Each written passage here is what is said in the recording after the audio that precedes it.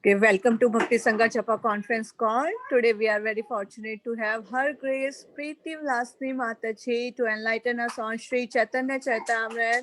So thank you so much Mataji for giving your valuable association and time. Now I would like to hand over the call to you Mataji. Thank you so much. Hare Krishna. Hare Krishna Bhakti Madhvi Mataji, thank you so much. So we are reading from Sri Caitanya Caritamra Antya Lila, and this is from verse 91 onwards. So we'll start with the prayers.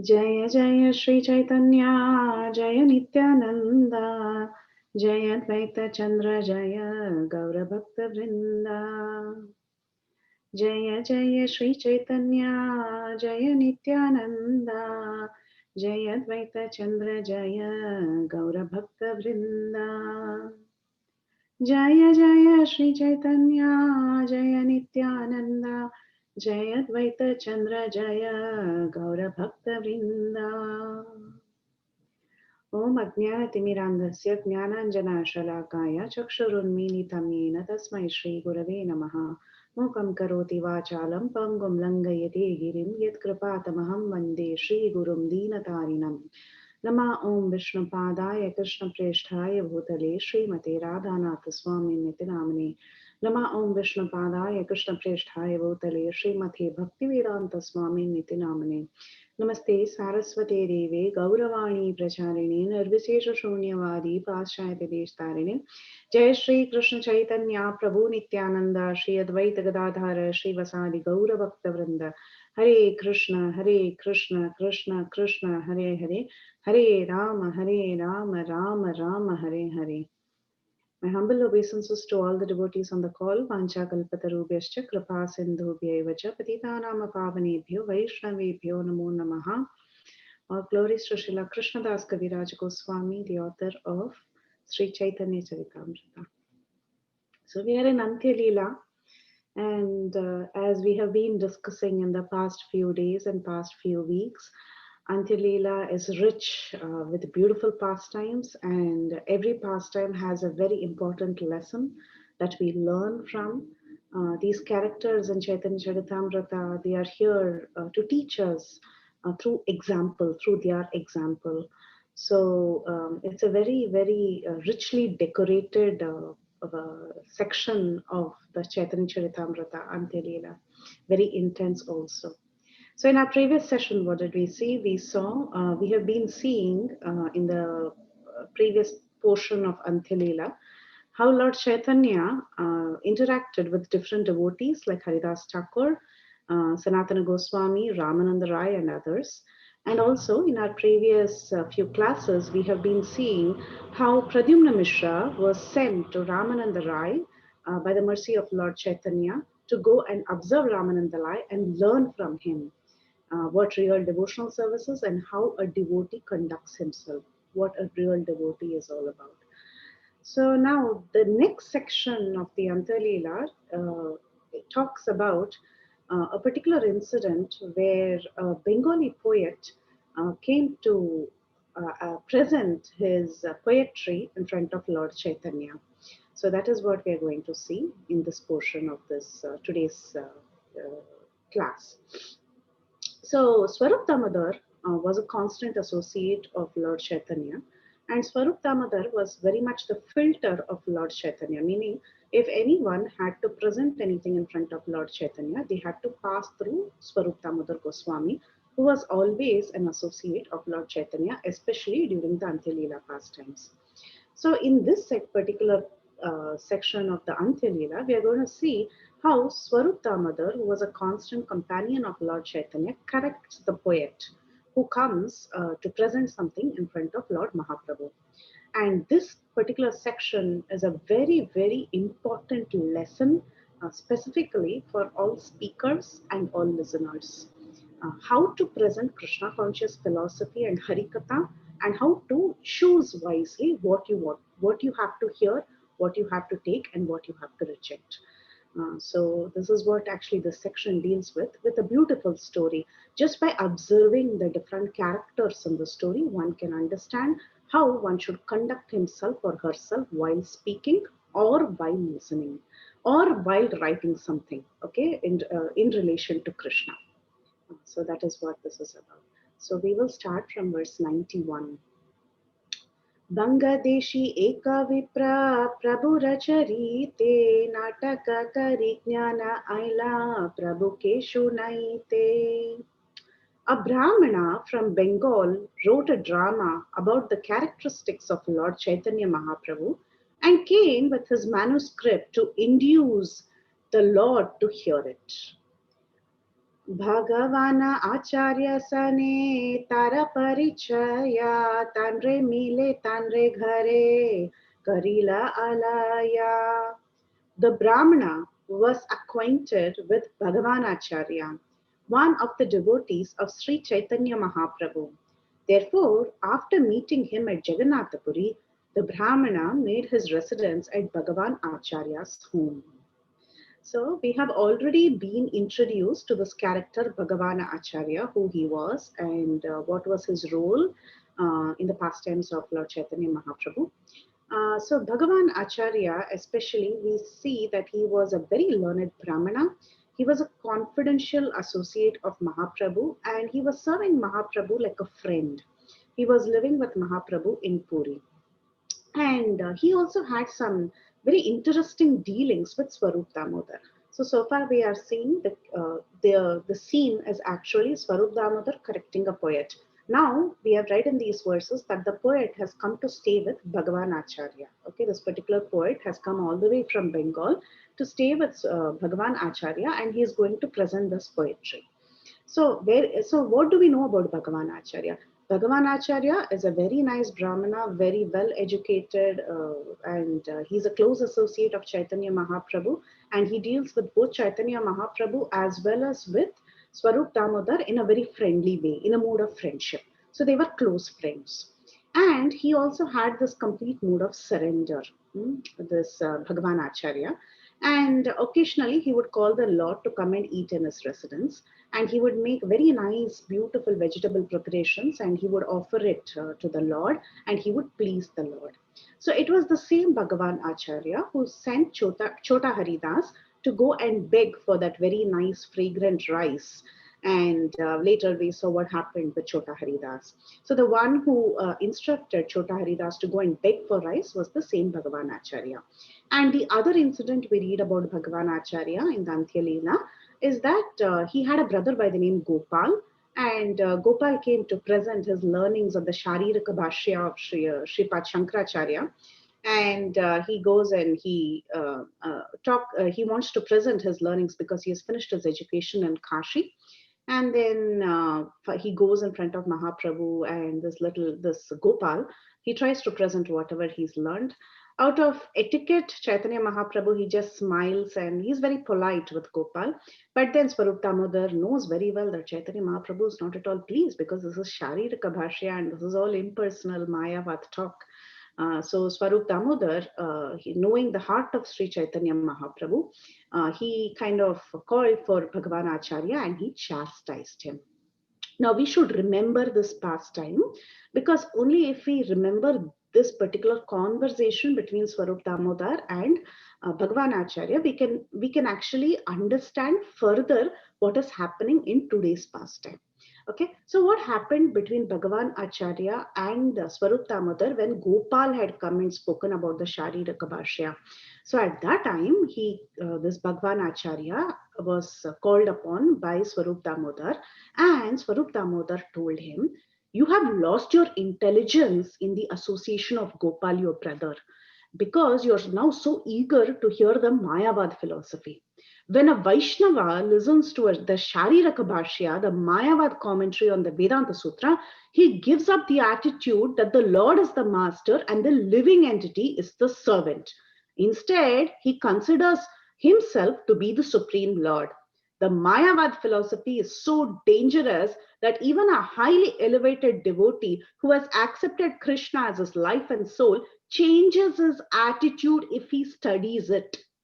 So even if you're an advanced devotee, if you read and try to understand the commentaries of the Shariraka Bhashya or the Shankara Bhashya on the Vedanta Sutras or any Mayavad related Bhashyas, what will happen, even if you're an advanced devotee, there's a chance that your attitude might completely change.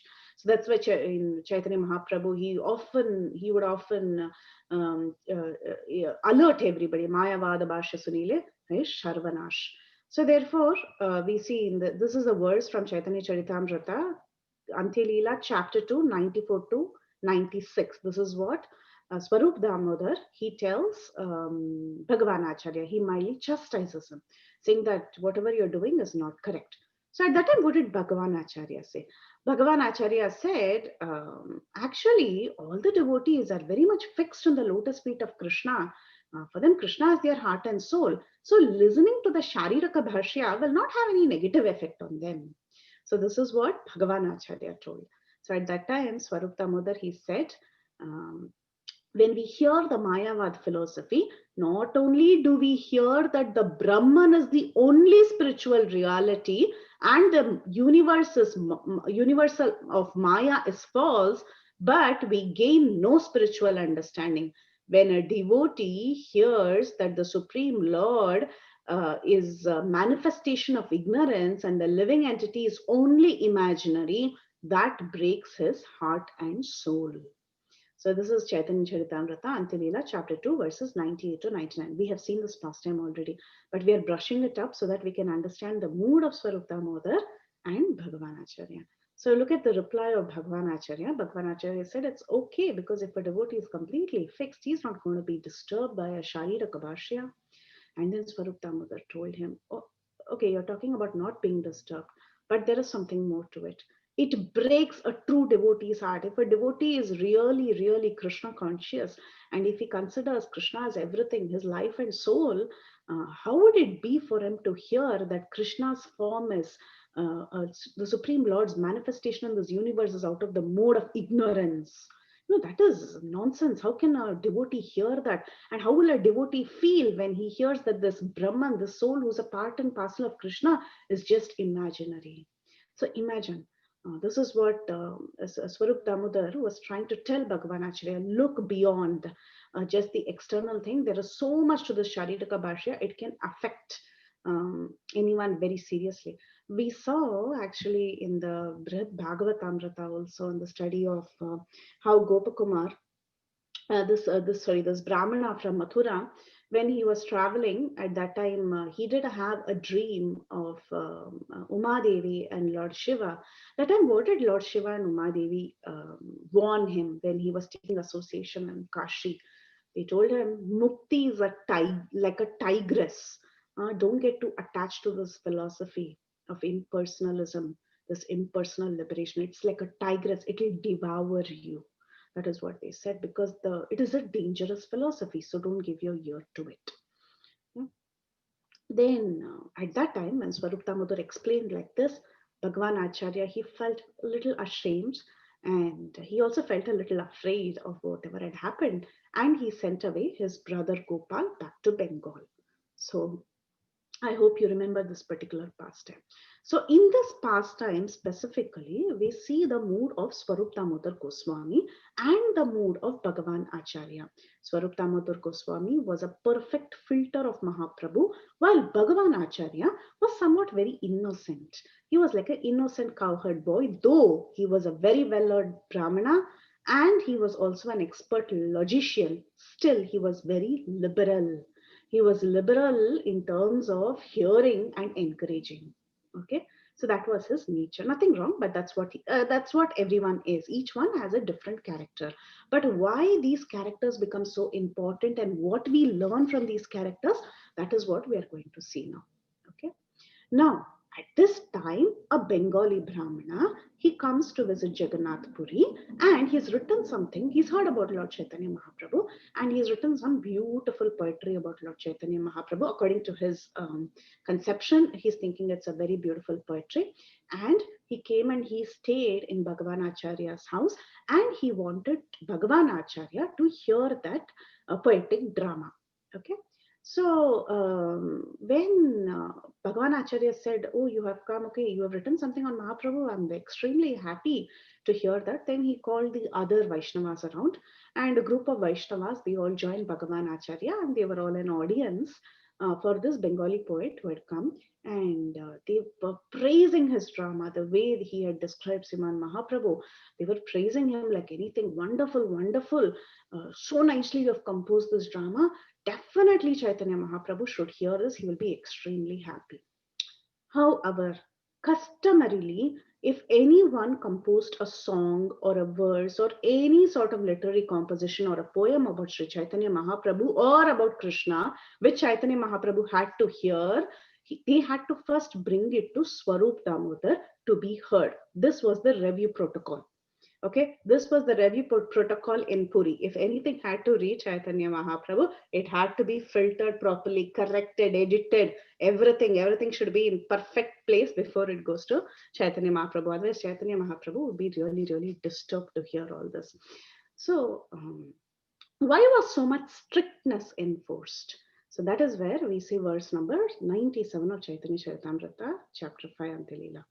Rasabasahayayade Siddhanta Viroda Sahitena Pare Prabhu Mani Haya Kroda. Translation: if there were a hint that transcendental mellows overlapped in a manner contrary to the principles of bhakti cult, Sri Chaitanya Mahaprabhu would not tolerate it and he would become very angry. So I again repeat, two things are being mentioned here: overlapping of mellows and principles or philosophy contradictory to bhakti cult. These two things, if it was there, Chaitanya Mahaprabhu could not tolerate it and he would become very angry. So Swarup Damodar was doing this wonderful service of making sure that only the best and the correct things reach Chaitanya Mahaprabhu. So let's look at what Prabhupada is writing in the purport. And after we read Prabhupada's purport of 97, we are going to really dissect this purport from Nectar of Devotion. There will be a lot of reading. I will try to read it as expressive as possible so that you all can digest what is being told, because the subject matter is a little esoteric. When we talk about rasa, it's very esoteric. It's not that everyone can understand rasa. Nobody can understand for that matter. We are all conditioned, but we have to understand certain things, because philosophically we should not be doing mistakes. We should not be doing rasa bhas. So for that reason, we are going to see what Nectar of Devotion also talks about this point. Okay, first we will read Prabhupada's purport of verse number 97. Okay, so what does Prabhupada say? In the purport, I'm reading from the purport. Srila Bhakti Siddhanta Saraswati Thakur quotes the following definition of Rasabhas from Bhakti Rasamrita Sindhu, 9th wave, 1, 3, 33, 38, and 41. Okay, we will read this and then we will get into the 9th wave. He says, a mellow temporarily appearing transcendental but contradicting mellows previously stated and lacking some of a mellow's necessities is called as rasabhasa. An overlapping mellow by advanced devotees who know how to taste transcendental mellows. Such mellows are called upasara, sub-mellows, anusara, imitation transcendental mellows, and apasara, opposing transcendental mellows. Thus, the overlapping of transcendental mellows is described as being first grade, second grade, and third grade. Okay. When the 12 mellows, such as neutrality, servitorship, and friendship, are characterized by adverse thaibhav, vibhav, anubhav ecstasies, they are known as upasara submellows. When the 7 indirect transcendental mellows and the dried up mellow of neutrality are produced by devotees and moods not directly related to Krishna, the devotional service in ecstatic love, they are described as anusara, imitation mellows. If Krishna and the enemies who harbor feelings of opposition toward him are respectively the object and abodes of mellow of laughter, the resulting feelings are called as apasara, opposing mellows. Experts in distinguishing one mellow from another sometimes accept overlapping transcendental mellows, rasabhas, as rasas due to their being pleasurable and tasteful. Srila Vishwanatha Chakravarti Thakur says, Paraspara Variyor Yadi Yogas Tada Rasabhasa. When two opposing transcendental mellows overlap, they produce rasa bhasa, or an overlapping transcendental mellow. Now, if I just read this purport, nobody is going to understand anything. So don't worry about it. The whole aim of this class is to try to understand what asabhas means. So we will get into the details, and we will be directly using chapter 49 of Nectar of Devotion. This chapter itself is named Mixing of Rasas. So that is what we are going to see today. So we all know, you see in the purport, it was mentioned that there are 12 different kinds of rasas and ecstatic relationships with Krishna. What are these 12? First, there are five primary rasas. Everybody, whoever is there on the call now, knows these five different rasas. These are all direct relationship with Krishna. Even in the introduction to Bhagavad Gita, Prabhupada has mentioned the five different rasas. So, even first, if you have just come to Krishna consciousness yesterday, also you will know this. So, what are these five different rasas? They are listed as neutrality, servitude, fraternal love, and paternal love, and conjugal love. So, the five rasas: Shanta, Dasya, you have Vatsalya, and then Sakya, and then Madhurya Rasa. Everyone knows these five rasas. Okay, so these are called as the five rasas or the primary rasas. Now, it is called as a direct rasa because that is a prominent rasa, that is the prominent feeling a devotee has towards Krishna. Like, for example, you all know Yashoda will have she has parental love, and then Stoka Krishna or Subal, they have fraternal. Fraternal means in friendship. And then the gopis, Lalita, Vishaka, they have conjugal love. Like that, there are different rasas. Okay. Now, these are primary rasas. Now, there are seven indirect rasas or secondary rasas. And these are listed as, listen to it, humor, okay, hasya rasa, humor, astonishment, chivalry, compassion, anger, dread or shock, and ghastliness or horror. Okay, so seven secondary rasas. Now, these five primary rasa are eternally existing in the spiritual world, whereas the seven secondary rasas, they manifest from time to time and they unmanifest from time to time. Okay, like for example, fear could be present, or some fear could be present in the heart of some devotees. But this fear, is it a permanent relationship with Krishna? No. That devotee can be in a particular rasa, like he can be in Vatsalya or Sakya or whatever, but that particular fear might just come and go. So, like that, we see humor. Sometimes the cowherd boys, they may have some fun. So, there is some humor present, but it's not a constant thing. The constant relationship is friendship, but that humor may come and go. Okay, so we have the five primary rasas and the seven indirect rasas or secondary rasas, and the five primary rasas are eternally manifesting in Gokul, whereas Krishna displays with Krishna, these devotees, they display the secondary rasa from time to time.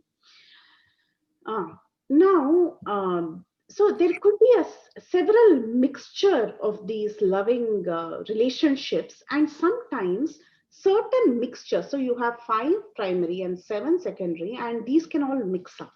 Okay, because when it's not necessary that when Sakya rasa is there, only one of the secondary rasas should be there. It's nothing like that. Any of the secondary rasas can come and go. So, but we should understand that. When these rasas mix, okay, you have a total of 12 and they're going to keep mixing. So when they are mixing, sometimes the mixing can be palatable, compatible, and sometimes it can be incompatible or unpalatable. So sometimes it is nice, sometimes you're mixing the wrong rasas. So what is that? A scientific analysis of the compatibility and incompatibility of the mixtures of rasas and various loving moods is described in great detail in Bhakti Rasamrita Sindhu, and we can see with some examples. Okay, so this is a standard form, certain standard formulas that Rupa Goswami presents in Bhakti Rasamrita Sindhu, and at the end of presenting all these formulas, at the end he also says that this is not an exhaustive list. This is just for you to understand and get an idea about the mixing of rasas, which is compatible and which is not compatible. So it is theory. But if you observe it, if you observe these examples that he is giving, you will be able to get an idea of what is correct and what is wrong. See, in our presentation now today in our class, we are first going to talk about rasa tattva, then we'll talk about siddhanta. First, what is correct rasa, what is wrong rasa, how to present things in a correct fashion with respect to rasa is what we're concentrating on now. Okay, so let's see the combinations that Srila Rupa Goswami talks about. He says, when a rasa of neutral love, Shanta rasa, there are found traces of ghastliness or astonishment, such a result is compatible. Okay, so when a person who's in Shanta rasa is seeing that there is some astonishment or he's having some ghastliness, that is considered okay, that is fine.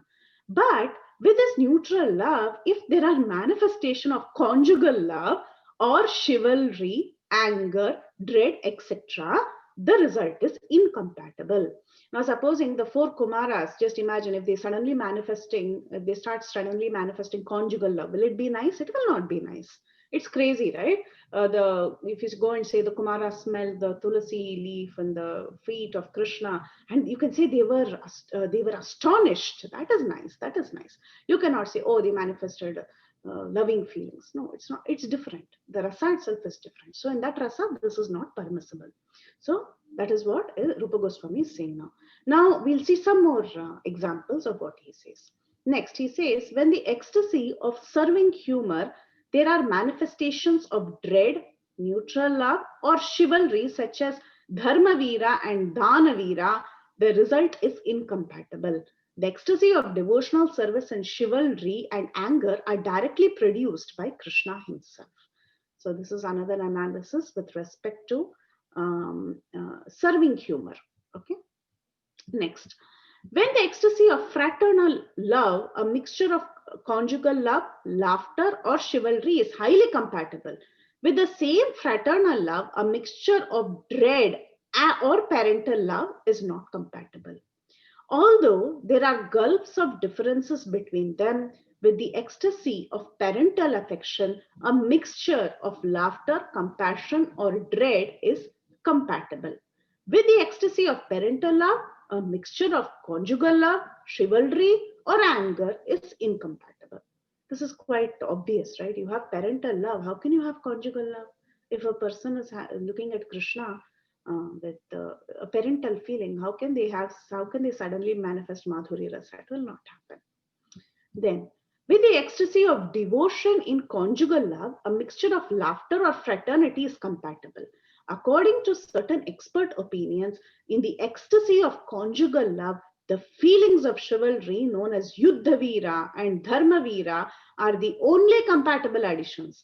According to this view, except for these two humors, all other manifestations are taken as incompatible with conjugal love. With the ecstasy of devotional laughter, a mixture of dread, conjugal love, or parental love is compatible, whereas a mixture of compassion or ghastliness is incompatible. So when someone is having this nice hasya rasa with Krishna, why would they suddenly become ghastly? Huh? It will not. It's not compatible. This is simple logic. Just try to apply your mind while I'm trying to read. Okay. Then, with the ecstasy of devotion and astonishment, a mixture of chivalry or neutral love is compatible, whereas a mixture of anger or dread is always incompatible. With the ecstasy of devotional chivalry, a mixture of astonishment, laughter, or servitude is compatible, whereas a mixture of dread or conjugal love is incompatible. According to some expert opinions, the ecstasy of neutral love is always compatible with devotional service and chivalry. When the ecstasy of compassion and devotional service is there, a mixture of anger or parental love is compatible, whereas a mixture of laughter, conjugal love, or astonishment is always incompatible. Then we have, with the ecstasy of anger and devotional service, a mixture of compassion or chivalry is compatible, whereas a mixture of laughter, conjugal union, or dread is incompatible. So when you are having anger in devotional service, how can you be laughing? Right? It's rasabas basically. It doesn't go well. Then, When the ecstasy of dread in devotional service, a mixture of ghastliness or compassion is compatible, with the ecstasy of chivalry in devotional service, a mixture of conjugal union, laughter, or anger is always incompatible. In the ecstasy of ghastliness in devotional service, feelings of mutual love, laughter, or servitude is compatible, whereas feelings of conjugal union and fraternity are incompatible. So he just gives this list. The reason I'm reading this list today is so that we get a glimpse of what Srila Rupa Goswami is trying to say and why this rasa bhas is such a big problem. Okay. So this should be known to all poets and all writers and all speakers and all listeners. Everyone should know this. It should not be doing unnecessary rasabhas, but sometimes rasabhas is appreciated, like it's written in the purport. Sometimes it is accepted, but that only experts know. We don't know. So it is better to always follow in the footsteps of acharyas. If acharyas have agreed to it and they are presenting it that way, it's better to repeat those words rather than concocting ourselves. When we give a class or when we are talking or hearing, we try to concoct certain uh, uh, we try to mix certain rasas. It sometimes comes naturally, but that is not needed. That is what this whole story is going to be about. Okay, so now Rupa Goswami says that the above analysis is only a sample of rasabhas. So mixing rasas, you don't mix it properly. It's called rasabhas. It's called as incompatible mixing of rasas.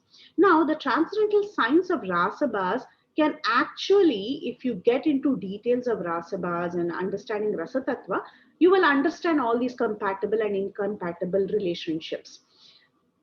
But only experts can do that. Okay, so therefore, when Lord Chaitanya was residing in Jagannath Puri, so many poets and devotees would come to him.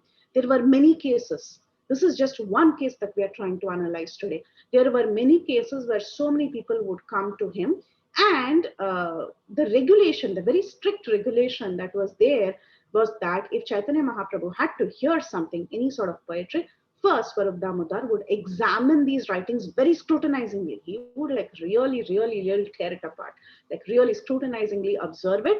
And unless he found that there were no incompatibilities in rasas or the transcendental mellows, then only he would allow Lord Chaitanya to hear the poetry, to hear the recitation.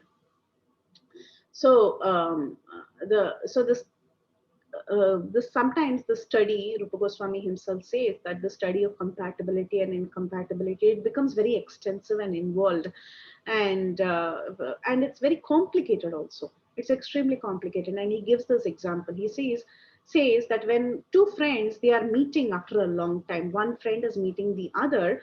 Obviously, it is considered as a very nice, pleasant meeting, right? If you're seeing a friend after a long time, externally it is a very palatable thing, it is a very nice thing, pleasant thing, but actually within that meeting also there are so many feelings involved. You don't know how that person has come after so many years, what background they are, what they're feeling upon seeing the other person. So there are so many feelings involved, and it is very difficult to ascertain what these feelings are. And it is very difficult to say how the feelings are becoming compatible and how they are becoming incompatible. So this study of rasabhas or rasas mixing or even rasatattva in general is extremely difficult, and it needs an expert like Swarup Damodar Goswami. So that is the idea that we have so far, and we have seen that there is a prominent feeling, like you have Shantarasa, Dasirasa, and so on, Vatsalya and conjugal and all these prominent rasas. You also have these secondary rasas or indirect rasas. So when they start mixing with each other, sometimes there is compatibility and sometimes there is not compatibility. So sometimes these rasas, when they mix, they are nice. When they are not mixing, they become opposite and they become incompatible. Now, some examples for us to understand, because we have just seen the definitions, what is good, what is bad.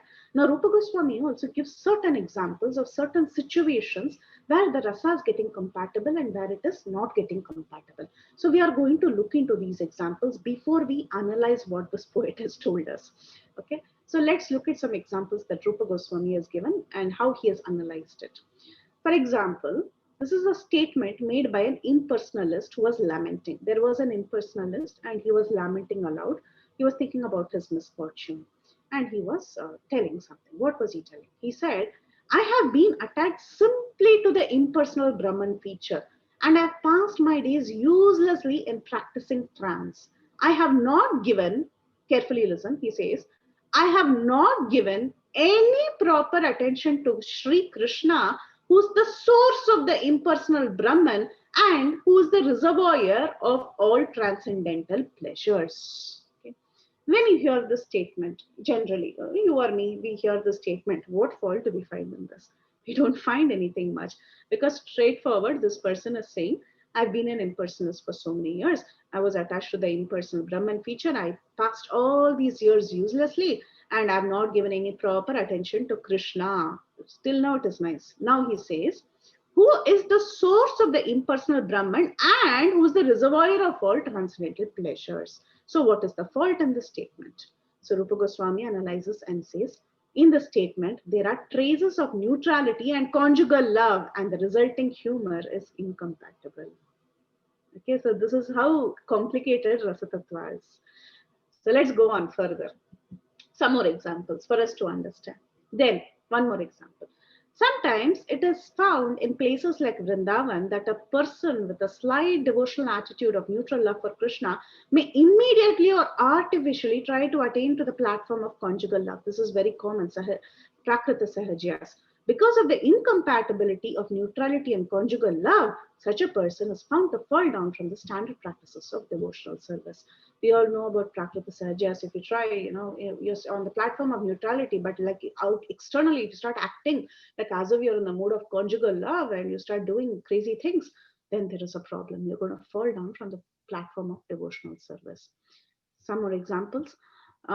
This incompatibility was expressed by a great devotee on the platform of neutrality when he sarcastically prayed. Okay, let's look at the prayer of this devotee. He is in the platform of neutrality and he's offering a sarcastic prayer. What is he saying? He says, I'm very anxious to see Krishna, the Supreme Personality of Godhead, who is many millions of times more affectionate than the Pitas, forefathers in the Pitraloka, and who's always worshipped by the great demigods and sages. I'm a little surprised, however, that although Krishna is the husband of the goddess of fortune, his body is often marked with the nail pricks of ordinary society girls.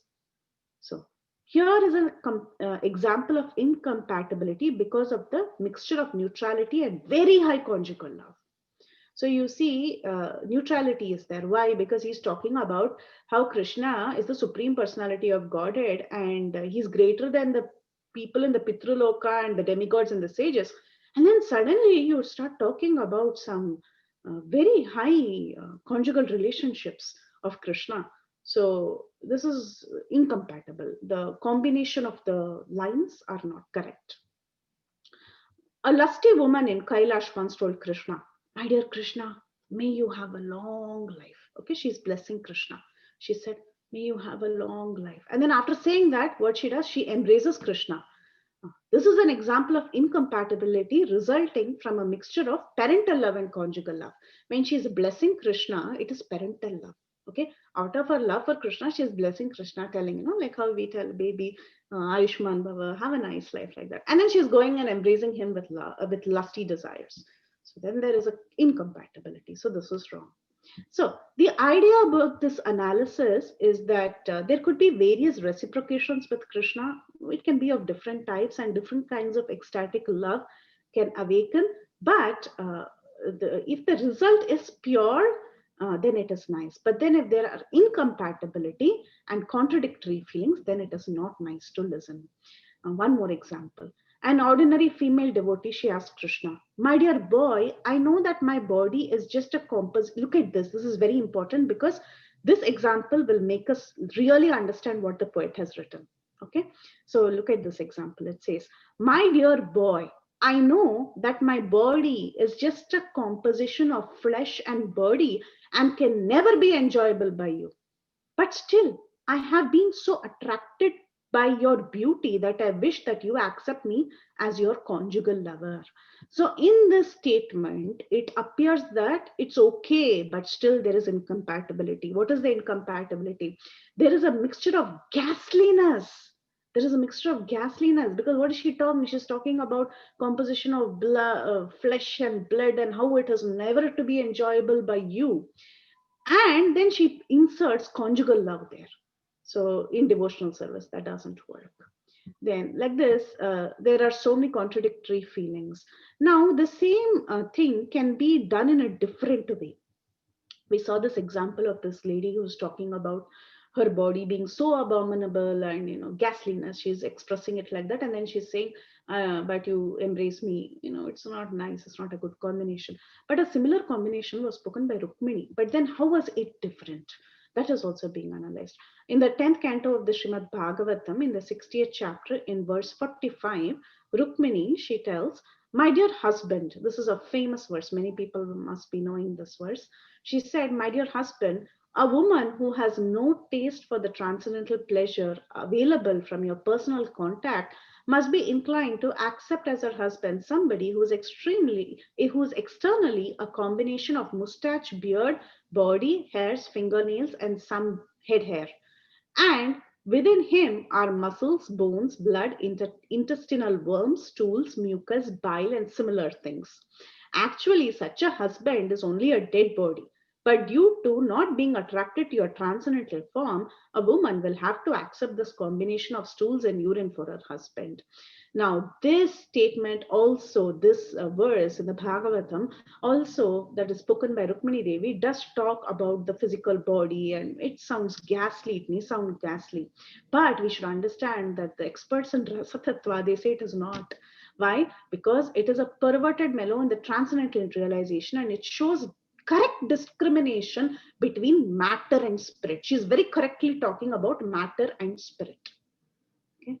So she's telling about the people who are having material husbands and the transcendental husband, and the difference between the two. And Krishna is always seen as transcendental.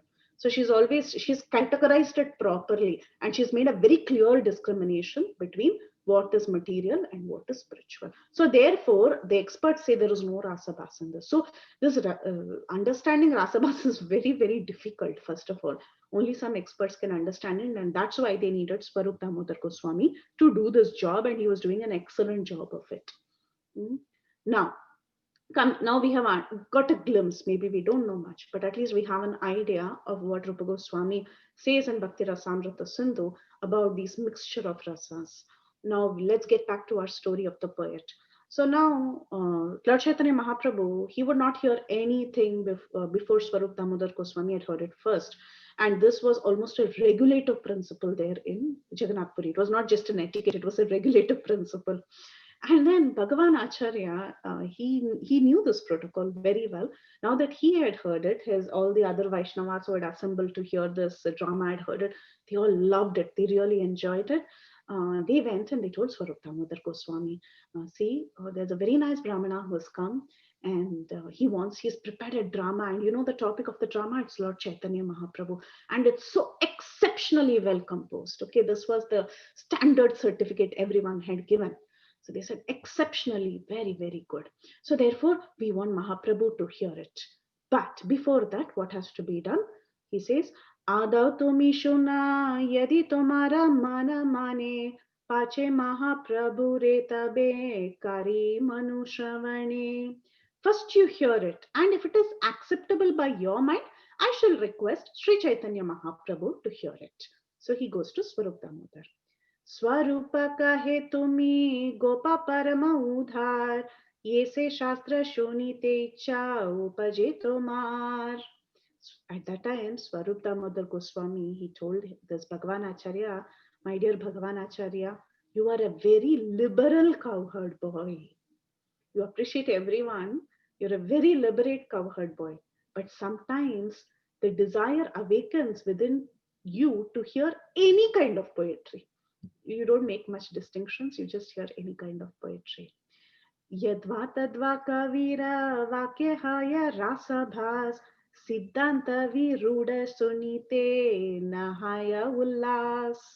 In the writings of so-called poets, there's generally a possibility of overlapping of transcendental mellows. When the mellows thus go against the conclusive understanding, no one likes to hear such poetry. So he's talking about two things. One is Rasabhas, yes, and the other one is uh, Siddhanta Virodha. Because if it is, when you come and you compose a poetry and you compose anything or you speak anything about the Lord, but if it is against the Siddhanta of understanding who Krishna really is and what is our relationship with Krishna, then the whole thing is spoiled. What is the use of talking all that? No, it might be attractive to the masses. You might get 100 views or so many people, but what is the use of that? It is only, you're just making a fool of yourself. So he said, Yadva Tadva Kavi. He said, what did Swarup Damodar Goswami say? He said, Yadva Tadva Kavi refers to any sort of a Kavi who just comes and writes a poetry without knowledge of how to do so. They are not trained properly. They just have some desire to write something. They just come and write something. Writing poetry, especially poetry concerning Vaishnava conclusion, is extremely difficult. If one writes poetry without proper knowledge, Siddhanta Virodha, there is every possibility that the mellows will overlap. They will be rasabhas. Until one is heavily trained in Siddhanta, one should not dare to write Vaishnava poetry. Because he has not understood the Siddhanta properly, how will he come and write something in glory of the Lord? How will he compose something in the true glorification of the Lord? Why? Because in such a poetry, there is a very good chance of overlap of rasas. And when this rasa overlap occurs, a Vaishnava will not like to hear it. They will feel terrible.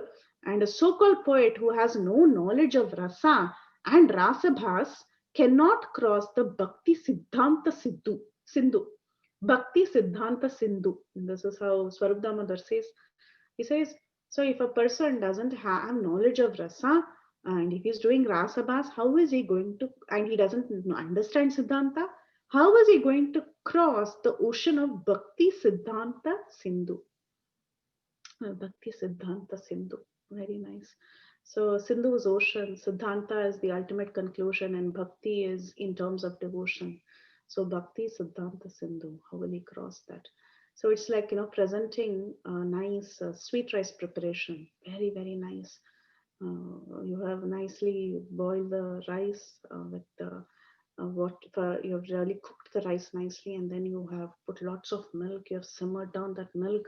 1 liter milk has become almost half liter, and then it has nicely boiled. You have added so much nice fresh first class sugar, organic cane sugar. You have added that. It has simmered down, and then you have added your beautiful fragrant seasonings, maybe ilachi powder or saffron, or you have added vanilla, and you have made it so fragrant and so nice, and then you present it. But unfortunately, that sweet rice preparation has grains of sand in it. How will you feel? That is what this is, rasabhas. So it appears externally to be a fantastic presentation. Wow, I had such a nice realization. But then inside that, there is grains of sand mixed in it. So a real devotee doesn't like to hear all this. So first he talks about knowledge. Unless one is well trained in knowledge, how is he going to write a correct poetry which has the right siddhanta and which has devotion in it, without rasabhas? Next, he talks about a skill. About the skill, this is extremely important. We should remember this. This is so important, actually, about the skill of a poet. A poet who does not know the grammatical regulative principles, who is unfamiliar with metaphorical ornaments, especially those employed in drama, and who does not know how to present the pastimes of Lord Krishna, is condemned. Moreover, the pastimes of Sri Chaitanya Mahaprabhu are especially very difficult to understand. Chaitanya Mahaprabhu's Channavatara, it's not easy to understand him. We are reading Caitanya Caritamranta, and chapter after chapter it's getting so difficult for us to understand the dealings of Lord Chaitanya Mahaprabhu. It's extremely difficult to write. uh, according to, I mean, this verse that is presented by Srila Krishnadas Kaviraj Goswami, even Krishna is easier to understand. Chaitanya Mahaprabhu is very, very difficult to understand. How can you compose a poetry on Lord Chaitanya if you do not have the proper knowledge, proper understanding of rasa, or proper skill? Skill, what sort of skill? You should know the rules of grammar properly. See, in Sanskrit, one word can mean different things, but you should not use the wrong. You should use the meaning of the word based on the context. You cannot change the context and then try to use that into to fit any place, or just because you want a poetry, you just cannot use any word just because it fits the meaning remotely. You can't do that. You should know the grammatical regulator principles. You should know in what context that word is being used, how to use that word. And if you do not know metaphorical ornaments, because there are so many ornaments in Sanskrit grammar, how they use certain ornaments, you cannot use the wrong ornament in the wrong place. You can't do it out of context. Especially when you're doing a drama or a poetry, you should be extremely careful. Until you're extremely well trained in Sanskrit grammar, don't attempt to do it, because you'll be mixing up things. So I remembered a classic example of this whole thing of mixing the Sanskrit words and then using it out of context, and trying to apply it in the wrong place. This is a story from Sripad Ramanujacharya's life, which is very famous. It's a very classic story because it tells us so much about this subject matter that we have in hand, about while composition, or while understanding the meaning of certain statements, we should be extremely careful. Just because we know a little Sanskrit here and there, we should not think that I know the real meaning of this verse, because that oftentimes happens with many of us, including myself. Yes, definitely, but with many of us it happens again and again. So there is the story of Sripad Ramanujacharya. When he was studying in the school of Yadava Prakash, who was his first teacher. Yadava Prakash was not a Vaishnava guru. He was from the impersonal school, and Ramanujacharya was first being trained under him. So one afternoon, when he was a young boy, one afternoon, the other students in the class, they had all gone for their midday meal, while Ramanujacharya was supposed to give a massage to his spiritual master, to his teacher rather, who was sitting, and he was massaging him. At that time, they were discussing a verse from the Chandogya Upanishad, a very famous verse in relation to Sripad Ramanujacharya's story. The verse is Tasya Yata Kapyasam Pundarika. This is the verse from Chandogya Upanishad. So this particular teacher, Yadava Prakash, he was well trained in Shankaracharya's Bhashya, and Yadava Prakash, when they were discussing this verse, Tasya Yata Kapyasam Pundarika Meva Yakshini, when this verse of Chandogya Upanishad came, he said the meaning of this verse is that the eyes of the Lord are like two lotuses that resemble the rear part of a monkey, or the backside, the sitting place of a monkey. Because you have seen in monkeys, their sitting place is kind of pinkish, right? So it's blooming and it's pinkish. It's like that. So he said the eyes of the Lord are like two lotuses that are like the rear part of a monkey. Now imagine, this is such a horrible rasabas. What are you comparing with? You're comparing the eyes of a Lord to the back of a monkey? Huh? Just because kapyasam. Now you just take out the Sanskrit word kapyasam. Kapi asam. Okay, sitting place of a monkey. Kapi is monkey, and the back part, the sitting place, is a asam. Kapyasam. Straightforward meaning. Okay, I'll put that meaning here. Does it make any sense? How can you put that? It's so much contradicting the rasa. You're describing the beauty of the Lord's eyes, and you talk about the back of a monkey. Strictly according to Sanskrit grammar, it's okay. But here there is a problem. You're putting the wrong thing here, right? It's rasa bhas here. So when he heard this, Ramanujacharya was extremely upset. He was actually crying when he heard this, and hot tears were flowing from his eyes, and those hot tears were falling on the body of the teacher. And the teacher looked back and asked, "What happened? Why are you crying?" And he said, "How can you do this? How can you talk about the Lord's eyes being compared to the backside of a monkey?" And so then the teacher was very upset because he didn't expect Ramanujacharya to contradict what he had to say, because Yadava Prakash was a great scholar. But then Ramanujacharya, when Yadava Prakash told Ramanujacharya, okay, so then why don't you explain if you know everything? And that's when he gives a very beautiful meaning. Without any pride, Ramanujacharya, he speaks, he says, the Sanskrit word kam also has the meaning of water. That which drinks water is kam pibati iti, kapihi. So kapihi can mean sun, it can mean something that is drinking water, right? So what drinks water? Sun drinks water. So the kapi need not be only monkey, according to Sanskrit. Kam pibati iti kapihi. So therefore, it can also mean sun. And asa means that which is to be blossomed, that which blossoms. Therefore, kapyasam can be interpreted as that which is blossomed by the sun, and the entire phrase can be interpreted in a way that the eyes of the Lord are as lovely as lotus that is blossomed by the rays of the sun, which is in contact with water, because kam pibatiti, it is in contact with water. So the stalk of the lotus is in contact with water, and that lotus flower is blossomed by the rays of the sun, and it blooms.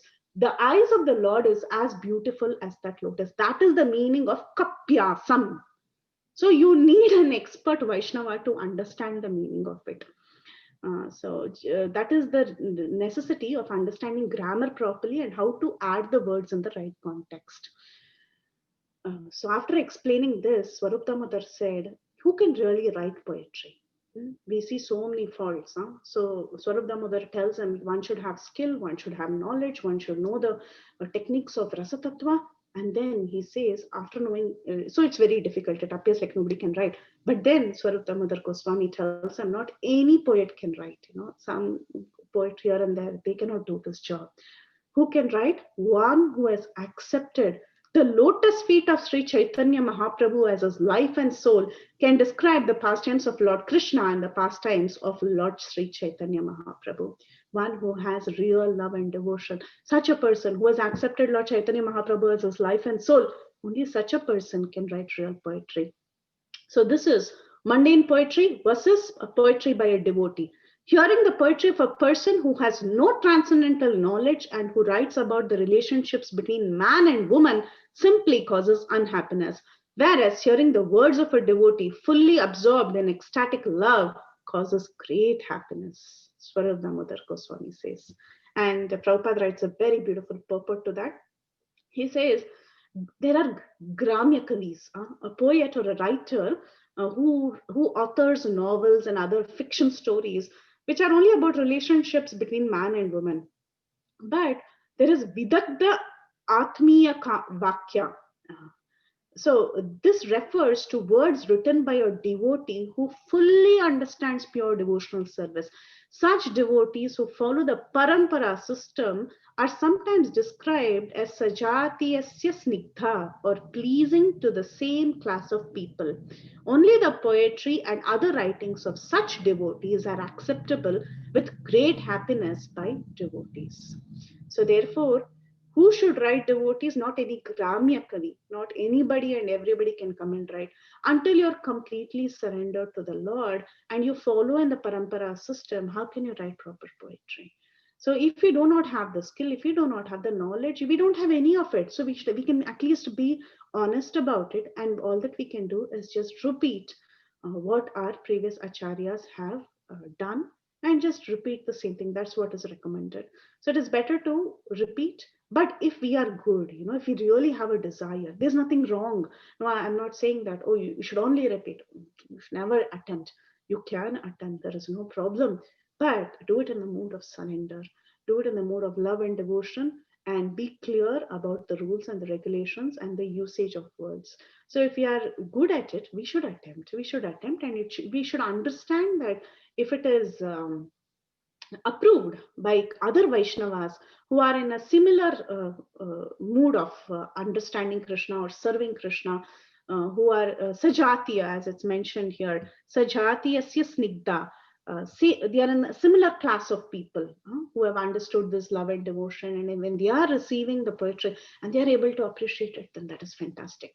Especially Sanskrit poetry is what we are talking here about, poetry and drama related to the words used in Sanskrit. That is what this context is. Okay, it doesn't apply to anything and everything. So anyway, so only the poetry and other writings of such devotees are accepted with great happiness by devotees. Only for a person who's truly surrendered can do this very nicely. So this standard of writing dramas was set by Srila Rupa Goswami, and Swarup Damodar Goswami, he told this Bhagwan Acharya that if you, all that you need to do is you need to hear the introductory verses of the dramas written by Rupa Goswami. Which are these dramas? That also we have discussed in the Antya Lila very recently, Vidakta Madhava and Lalita Madhava. And we had very nice classes on the introductory verses of the drama. We've already had it. Please do watch the recordings of the previous sessions. They were covered by very nice devotees. All of them have done the introductory verses to the drama also. So if you just hear these introductory verses, you can understand what real composition is. So that's what, Swarup Damodar Goswami was very clear. All that you need to do is just listen to Rupa Goswami, just see his drama, and that is the best way to see what standard is expected. And then, despite this explanation of Swarup Damodar Goswami, Bhagwan Acharya was like, yeah, that's okay, but please, I want you to hear it once. He's done such a great job. This poet is amazing. He's done such a good drama. You just hear it once. And you can consider, okay, you take the decision whether it's good or bad, but at least give your ear, at least hear it one time. So like this, for 2-3 days continuously, Bhagwan Acharya, he went on and on. He went to the Swarup Damodar and he kept asking him, please, at least hear to it one time, one time. Definitely you'll like it. First you hear. If you don't like it, it's okay, but at least try hearing it. So like that, he goes on and on. After repeated request, Swarup Damodar, he sat to hear the poetry from this Brahmana from Bengal. So Swarup Damodar, he sat down with other devotees to hear this poetry, and then the poet who had come from Bengal, he began to sing his introductory verse. We'll just see this introductory verse and we'll stop. It will be a good place to stop. So let's see the introductory verse. Vikatakamal netre Shri Jagannath samne कनकरुचिरिताम्नि आत्मनाम्य प्रपन्न प्रकृति जडमशेषं चेतयन्नावीरसीत् साधिष्ठौ तव भव्यं कृष्ण चैतन्य देवा. This is a verse on Lord Sri Chaitanya Mahaprabhu. Translation is, the Supreme Personality of Godhead has assumed a golden complexion and has become the soul of the body named Lord Jagannath, whose blossoming lotus eyes are widely expanded. Thus, he has appeared in Jagannath Puri and brought dull matter to life. May that Lord Sri Krishna Chaitanya Deva bestow all good fortune upon you. Reading again, listen carefully if you have not heard it. Listen again and see what mistake you can find. Here we go. The Supreme Personality of Godhead has assumed a golden complexion and has become the soul of the body named Lord Jagannatha, whose blooming lotus eyes are widely expanded. Thus, he has appeared in Jagannath Puri and brought dull matter to life. May that Lord Sri Krishna Chaitanya Deva bestow all good fortune upon you. So now let's see the reaction of the rest of them. When everyone present there, along with Swarup Damodar, heard this, they all commended the poet. Fantastic. They were so happy. What a beautiful introductory verse. But Swarup Damodar Goswami requested this poet, kindly explain this verse to me. What is the meaning of this verse? कवि कहे जगन्नाथा सुंदर शरीरा चैतन्य गोसानी शरीरी mahadhira. The poet said, Lord Jagannath is the most beautiful body, and Sri Chaitanya Mahaprabhu, who is exceptionally grave, is the owner of that body. Shariri is Lord Chaitanya and Sharira is Jagannatha. Sri Chaitanya Mahaprabhu has appeared here in Nilachala in Jagannath Puri to spiritualize the entire dull material world. Hearing this, everyone in the assembly was very happy. But Swarup Damodar alone was very unhappy. And he began to speak. What did he speak? What was the fault? That we will see in the next class. And you can also think about these verses and see if you can see any mistake. And let's keep that for the next session. So we'll end here.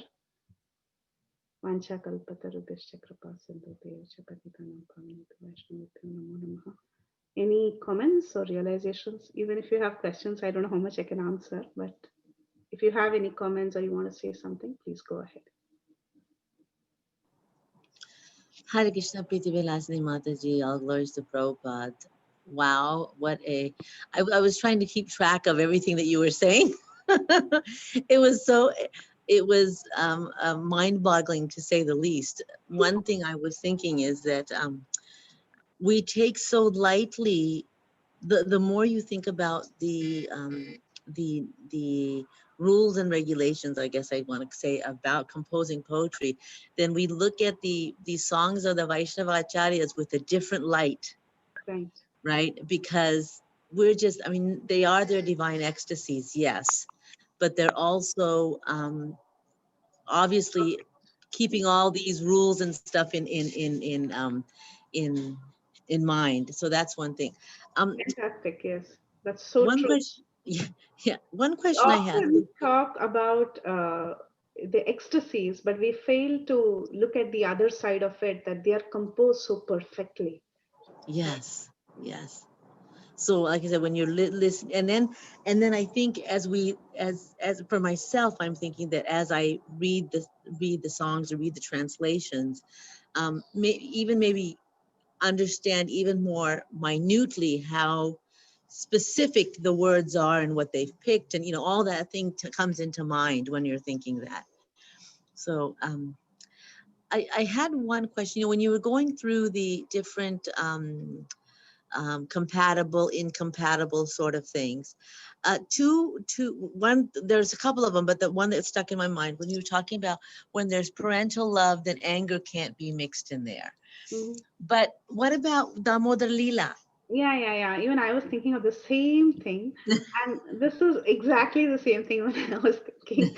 So this is what I understood. Anger in the case of hatred, like really. Okay, that kind of anger. Okay.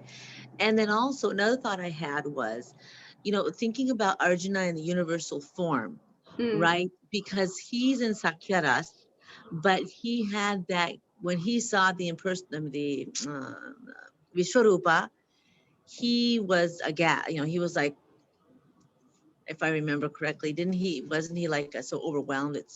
He was overwhelmed, yes, but he was not it wasn't ghastliness. That's how, I mean, so I think there are very subtle differences. Yes, definitely he was overwhelmed, but I don't. Ghastly, not afraid. Ghastly, not in a petrified kind of scared Yes, kind of thing. yes, But yes. more like, wow, that's yes. Okay. That's just too much for me. Come back to my friend, sort of thing. Yeah. Okay, I get. Okay, yeah. So anyway, just a couple of thoughts that came to my mind when I mean, even it's so valid, right? These thoughts, and they are very subtle. Yeah, they're very subtle. These moods are very subtle. Yeah, very subtle. Yeah, I have to listen to this class again. And you said chapter 49 of Nectar of Devotion? Yes, the whole chapter, and 49 and 50, because 50 has more examples. I didn't do the whole thing because if I do the whole thing, people will lose track of what they are hearing, right? Yeah. I'm feeling like usually I'm listening to the lectures and I'm paying attention to them, but this I feel like I've got to like sit down and almost like you said, mathematical formulas, like I'm in a math class. I have to take down meticulous notes. So I come to appreciate even much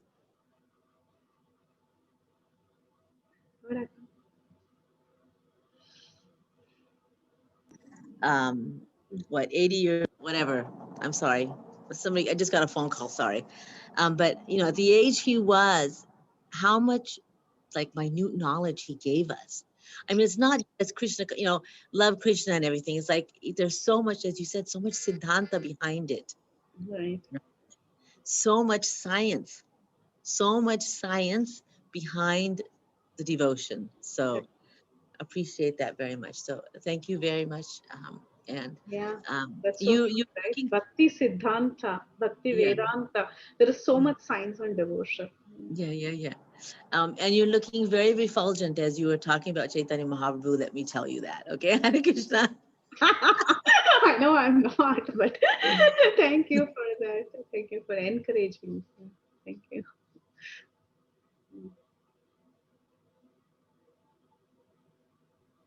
Hare Krishna, Preeti. Tanvir Pranams. Such a sweet class. I just had one observation. Why Bhagavan Acharya, in spite of previous experience, again introduces this personality for poet. He had a bad experience with his brother. Wasn't he done with it? I mean, why would he introduce another personality?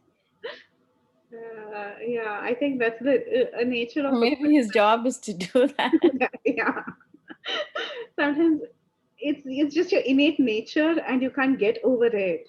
It takes like 3-4 times to get over it, right? Even I do. I mean, when you have a tendency, it's very hard to get rid of it immediately in one go. Yeah. But So he's so his innocent. nature was to introduce these. Yeah, his nature was to introduce. He was so accommodative of everyone. It was like he's sweet Vaishnava. So, yeah. And was he lame by any chance? I read somewhere in some, thing. Was he lame or something? I don't remember reading because yesterday I was trying to read a little about him. Not that I read everything, but I just tried. I didn't find any lame related thing. I just what really surprised me was that Bhagavan Acharya has so many feathers to his crown. Like he's even called as Nyayacharya. Okay, he's really read through the Nyaya philosophy and everything, and he's also an amsha or an expansion of Lord Gaura himself, and he's also identified as a Gopa. There are so many things to him. He's a mixture of many things, Bhagavan Acharya. And yet he's so simple at heart. And how Swarupda Mother tells him, you're like a simple cowherd boy. You just accept everything like that very easily. So that is his mood, I think. Yeah. And also, I got distracted a little. Was Paneshwari Mataji's question regarding the Vishwaroop darshan? I mean, what was the rasa? Yeah, actually, that's Isn't the it thing she the was rasa of asking. Was it? fear? He had fear, right? When Arjuna saw. Yeah, he had. That's the thing. Yeah. So whether it was really that kind of ghastly fear or what was the fear? It's very Because subtle. ghastliness is more to do with the body, right? I mean, it's Yeah, about disgust. So disgust. this, I mean, does it say anywhere that he had bibhatsa rasa? I thought it was bhayanaka rasa, right? Bhayanaka. Yes, so it's The very. dread was the You're rasa. right. Yeah, I was a little Thanks for confused. adding I that. Yeah. didn't understand what that was. that was my confusion, Yes. Mataji. Yes. That's what we was trying to define. Thank you. Yeah, so I think the disgust was the one which, when Hiranyakashipu, when after killing Hiranyakashipu, Lord Narsimha, he puts like his intestines on him. Like, the corporal, you get disgusted with the material body. I think Mhm. that's more to do with the bibhatsa or the ghastliness. Mhm. And the dread is that fear, right, which Shishupal had. And Correct. like how when Arjuna saw the Vishwaroop, he had fear, right? He didn't have disgust. Disgust. Yes. That's what Right. I'm trying to understand. So, Yes. Very nice. Suksagari Mataji. Very nicely Yeah, clarified. very nice. Yes.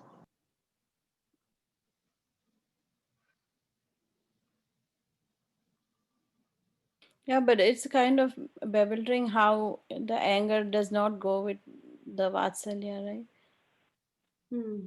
So I think it's more of anger in terms of not, I mean, hating the person or not liking the person, like Shishupal or someone. Mm-hmm. Not anger Actually, for the good of the person, like chastising and correcting, like how a mother would do. Mother's well, anger, what is it? Yeah. yeah, but even that, actually, if you think about it, Uh, what is child abuse, right?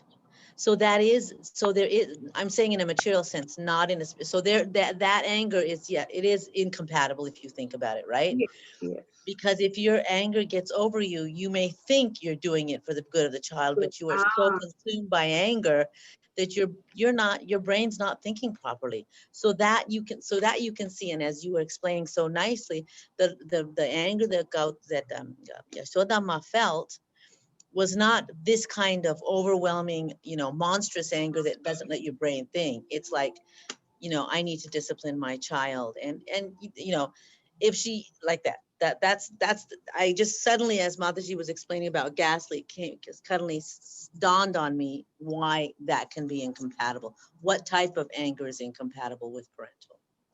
So. Beautiful. Thank you, Mataji. Thank you for adding that. Yeah, so like Mataji says, maybe the better word would be discipline when it comes to parental and not anger. Yes. Yes. Hare Krishna, Mataji.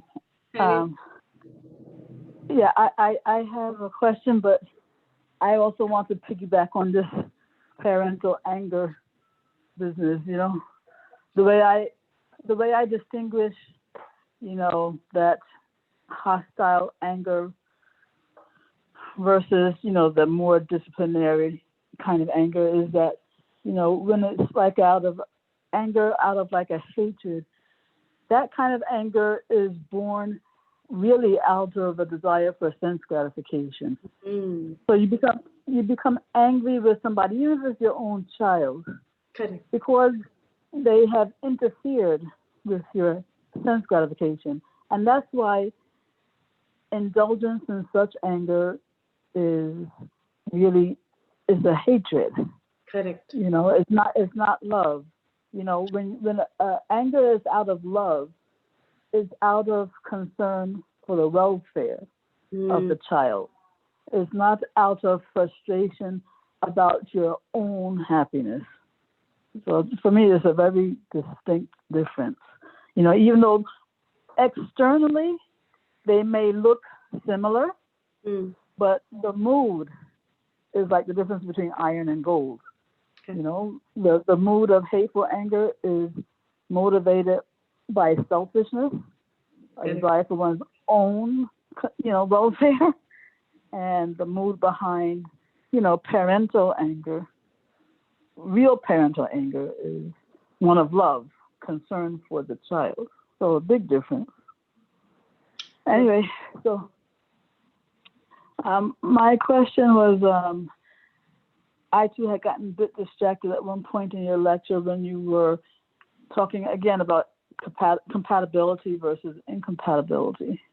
And the subject that time was about that lady who, I guess she was conditioned soul when she was in her material body. And I think she wanted Krishna's embrace or something, but she was saying how ghastly her body was, how, obnoxious her body was. And so I just wonder if you could just repeat for me the incompatibility in that one, where she's acknowledging that her material body is ghastly, but she was wanting Krishna's embrace. Can you repeat what the incompatibility was there? Okay, let me go back to that portion. But as far as I remember that as ghastliness doesn't go well with conjugal rasa. So unless you're clearly distinguishing in your we gave this two different situations, right? One of Rukmini and one of this lady. So the way it is composed, the way the verse is composed, should be see. She says like this: once in an ordinary female devotee addressed Krishna, "My dear boy, I know that my body is just a composition of flesh and blood and can never be enjoyable to you. But still, I have been so attracted by your beauty that I wish that you accept me as your conjugal lover. in the statement, there is incompatibility caused by a mixture of ghastliness and conjugal love in devotional service. So, in devotional service, when she's trying to offer herself in devotional service and conjugal rasa, there she's bringing ghastliness in the service. While talking about her body, and she's saying, "But you still embrace my body." Uh-huh. That's Okay. yeah. Okay. I wonder, is there any instance, I wonder if there is, like, is there any instance where the element of ghastliness ever enters into conjugal dealings between the gopis and Krishna? No. Have you ever? No. Uh-huh. No. Okay. Okay. Oh, and also, you left us on like a kind of a cliffhanger for the next. And so for me, the answer to the puzzle, I think, is so obvious, but you want us to hold on to our guesses for the next class, right? Yeah, you can express your. I think, yes, as you said, it's pretty obvious because we are so Okay. trained in Chaitamrita by Prabhupada's mercy, because Prabhupada's books are like that. From day one you get all the philosophy. So thanks to Prabhupada. Uh-huh. Yeah, it's quite obvious, as you said. But of course, Okay. Swarup Damodar Goswami, he goes on detailing it in great depth. He explains the problem of the composition. Like, I think you already got the answer. Yeah. Yeah. Well, then I won't like beat a dead horse by saying it then. Okay, thank you for, as usual, a very thorough and fascinating class, Mataji. Hare Krishna. Thank you for your association, Gaurangi Mataji. It's always nice when you're on the call. Oh, thank you, Mataji. Hare Krishna.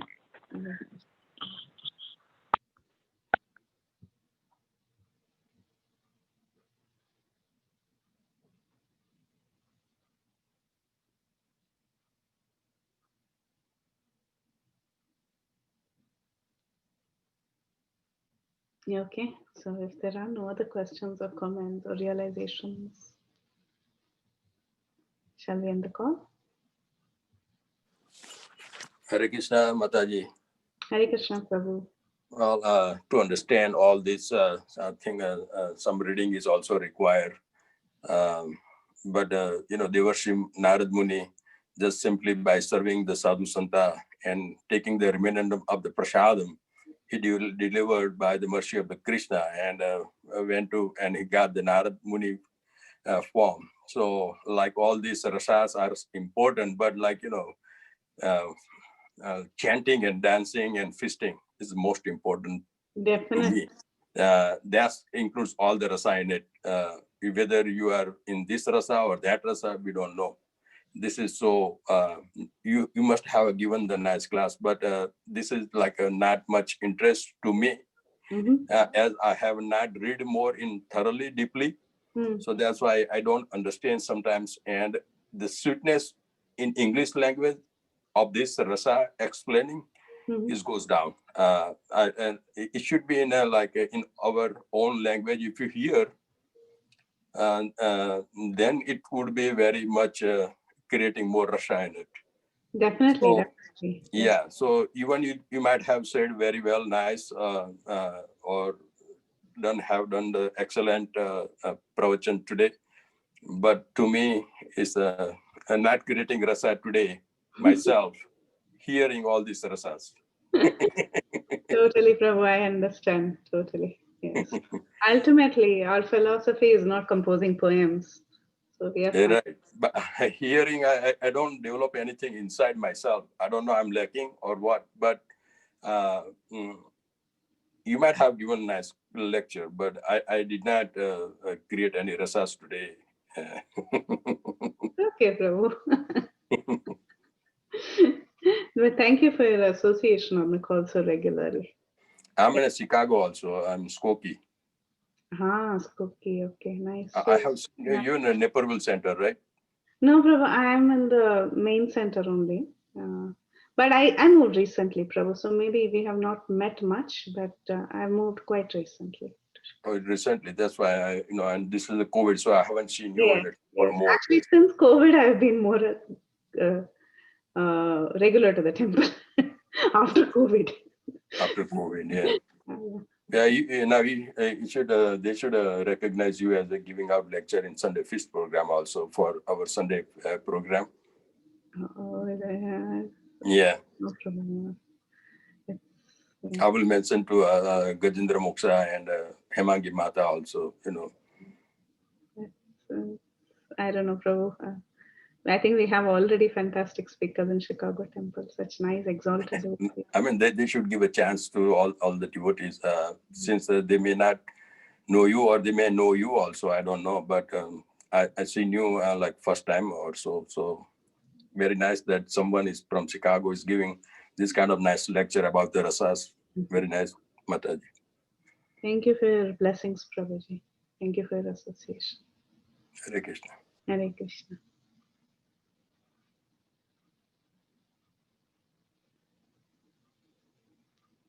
Mataji, anyone else wants to say anything? Any questions? Hare Krishna Mataji, Dandavat Pranam. Very, very beautiful class, Mataji. Thank you so much. Hare Thank you, Krishna. Vinita Mataji. Hare Krishna, sorry, go ahead, Mataji.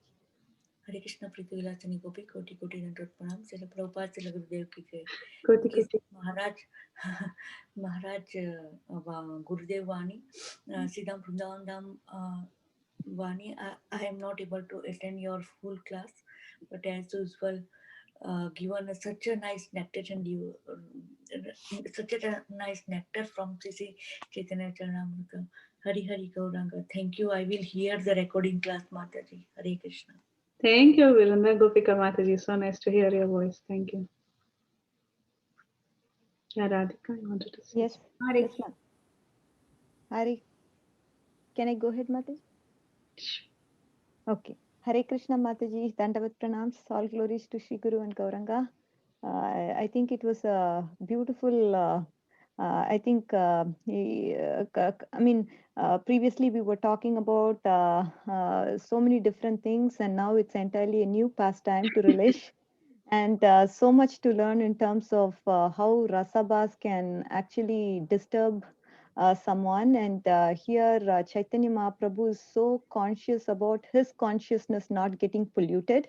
And he's teaching us that our consciousness also shouldn't be polluted as much as possible. It need not be rasabas for us, but it can be anything else which could distract, anything for that matter. It could be a mundane material thing that could disturb our mind, or it could be to him rasabas, because he's so knowledgeable, so into details, for him rasabas is really not tolerable. And that's why he has a filter, as you said. And the Swarup Damodar Goswami, he's like someone who can just detect by the look of it. And here, as you said, Bhavan Acharya is very childish, and he portrays that character to show that how naive one can be, and how they can, Yes, yes, very. how they can actually succumb. For us, we always get warned to say that don't listen to Mayavad lectures, or don't get into trap of something that is not devotional. And being a neophyte, you don't know to discriminate the right and the wrong, and you can get deviated either ways. And certain topics you think may be devotional, but it might ultimately lead you in some other direction. We really don't know. And I think Chaitanya Mahaprabhu, he wants us in so many different ways, trying to caution us and make sure that we stay on track in the path of devotional service, and be careful to the nuances. And the rasa tattva that you were talking about, where each mellow contradicts with another, that's definitely we need to read that to make sure that we understand that in depth and follow it through. Yeah. Definitely not dealt it in detail, but with your guidance, we'll definitely look into that, Mataji. Thank you so much for Thank a you, brilliant Radhika class. Mataji, for always pouring out so nicely. Thank you so much. Shama Gauri Mataji. Hare Krishna Mataji, Dandot Pranam. Very, very nice class, Mataji, and very high subject matter. And you have opened up the new subject, so it's really good. And thank you, Radhika Gasturi Mataji, for the nice summary. Yes. Yeah, always gives nice summary. Very true, Mataji. Very, very true. Thank you so much, Purta Mataji. Thank you, Shama Gauri Mataji. Thank you. So sweet of you. Thank you.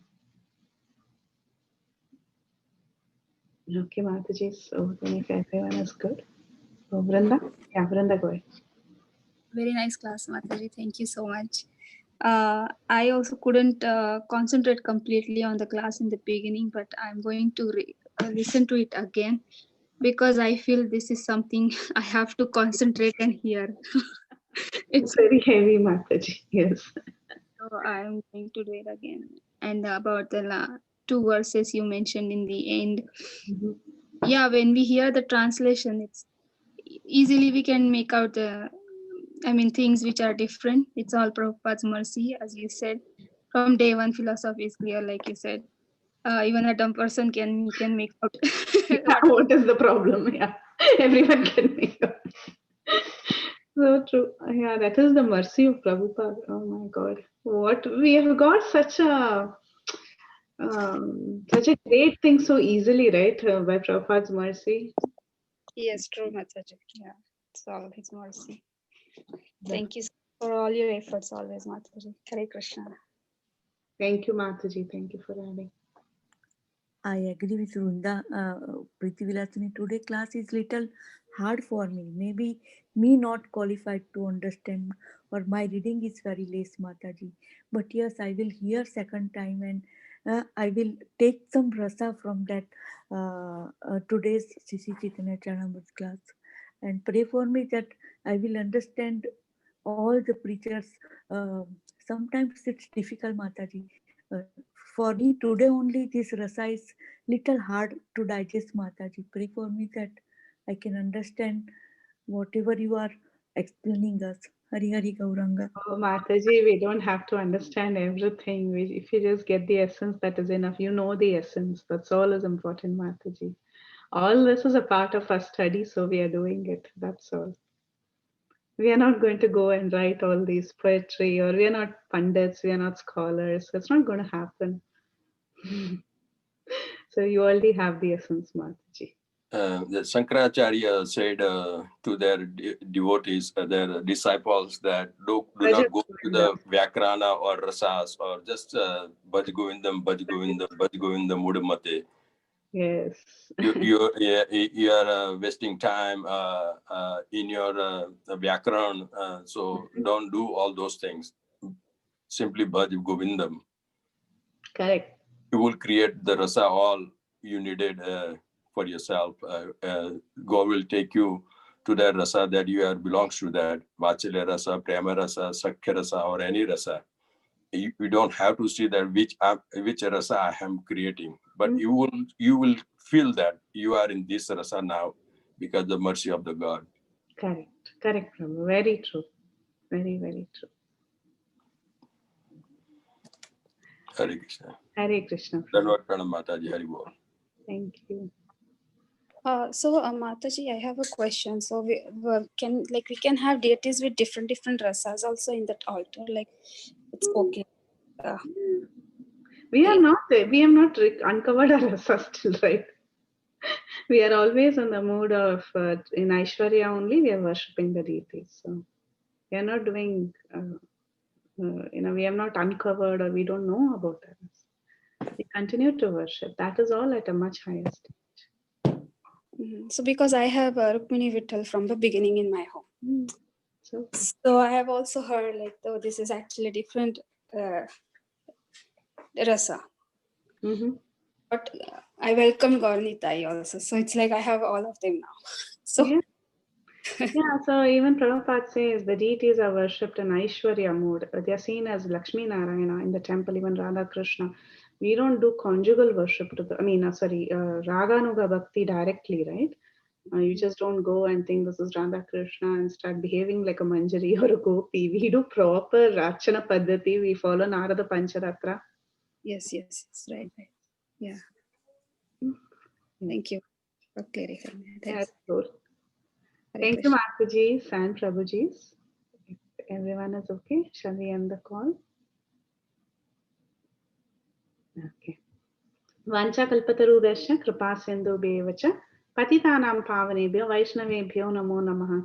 Ananta Koti Vaishnav Vrinda ki jai, Shri Prabhupada ki jai, Shri Jai. Caitanya Caritamrita ki jai. Jai. Hare Krishna. All glories to all the devotees. Preethi vilasini Hare Krishna Mataji. Mataji, Dandavat Pranam, Hare Krishna. Uh, Dandot Thank Pranam you. Mataji, Hare Krishna. Mataji.